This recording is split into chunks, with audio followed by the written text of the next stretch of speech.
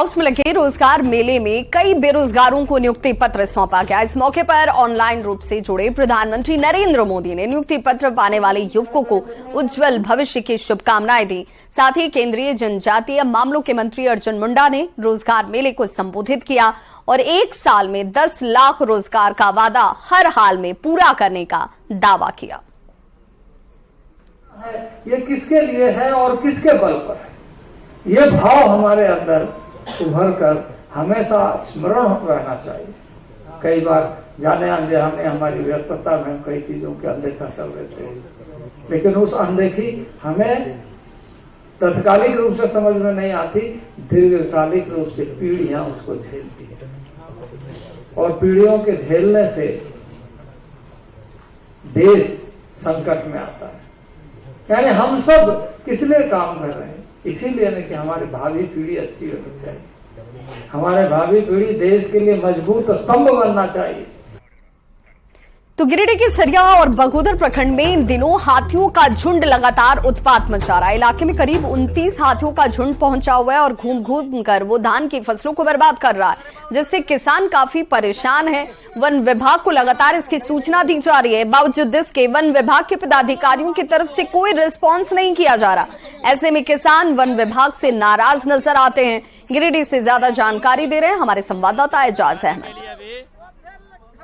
गिरिडीह जिले के सरिया प्रखंड और बगोदर प्रखंड में पिछले कई महीनों से हाथियों का झुंड लगातार उत्पात मचा रहा है, जिसके वजह से ग्रामीण परेशान हैं और रात भर रात जगह करने को मजबूर हैं और हाथियों को झुंड को कभी पटाखे फोड़कर तो कभी मशाल जलाकर खदेड़ने को मजबूर हैं। तस्वीरों में आप साफ देख सकते हैं कि किस तरह से ग्रामीण रात भर जग रहे हैं और मशाल जला करके और पटाखे फोड़ करके हाथियों को झुंड को एक जगह से दूसरी जगह खदेड़ने का काम कर रहे हैं। क्योंकि बता दें कि पिछले कई महीनों से लगातार हाथियों का झुंड किसानों की जो फसल है उसको नुकसान पहुंचा रहे हैं, उसे रौंद करके तबाह कर रहे हैं, बर्बाद कर रहे हैं। ऐसे में आपको बता दें कि अभी धान काटने का समय है और किसानों का जो ये धान लगातार बर्बाद हो रहा है, किसानों का गुस्सा जो यहाँ के फॉरेस्ट हैं, फॉरेस्ट डिपार्टमेंट हैं, उसके खिलाफ लगातार फूट रहा है। क्योंकि कई बार सूचित करने के बावजूद फॉरेस्ट विभाग के ना ही अधिकारी ना ही कोई स्टाफ हाथियों के झुंड को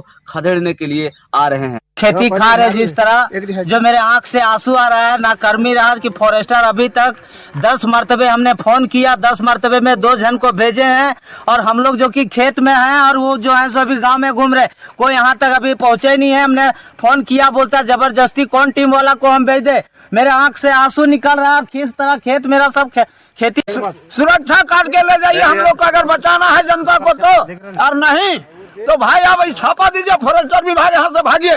जो जितना हम लोग को क्राइम करना होगा, जितना क्राइम हम लोग को झेलना होगा हम लोग झेल लेंगे, लेकिन आप फॉरेस्ट विभाग से रिटर्न पूरा आप जाइए, यहाँ से सरिया से कवड़िया फॉरेस्ट विभाग। ऐसे में इन लोगों का कहना है कि फॉरेस्ट विभाग का रहने का क्या मतलब है, आखिर जब इन लोगों को कोई मदद ही नहीं कर रहे हैं। क्योंकि पिछले कई महीनों से ना सिर्फ फसलों को बर्बाद कर रहे हैं, बल्कि दर्जनों की संख्या में कच्चे मकान को भी तोड़ चुके हैं। तो ऐसे में हाथियों के आतंक से किसान भय के माहौल में जीने को मजबूर हैं। गिरिडीह से न्यूज़ 18 के लिए मैं एजाज अहमद। तो बोकारो में फ्लोटिंग सोलर प्लांट यानी कि पानी में तैरते सोलर प्लांट की स्थापना की जाएगी। सेल और एनटीपीसी के संयुक्त उद्यम NTPC SAIL power company limited के बीच एक समझौता, एक एमओयू हुआ है। पहले चरण में 30 मेगावाट क्षमता का floating solar plant cooling pond number 1 में बनाया जाएगा, जिससे 100 मेगावाट क्षमता तक करने की योजना है। कंपनी में परियोजना रिपोर्ट तैयार करने के लिए प्राइमरी सर्वे का काम पूरा कर लिया गया है। 2024 की शुरुआत में इसके काम को शुरू किया जाएगा और 6 महीने में इसे बनाने की योजना रखी गई है।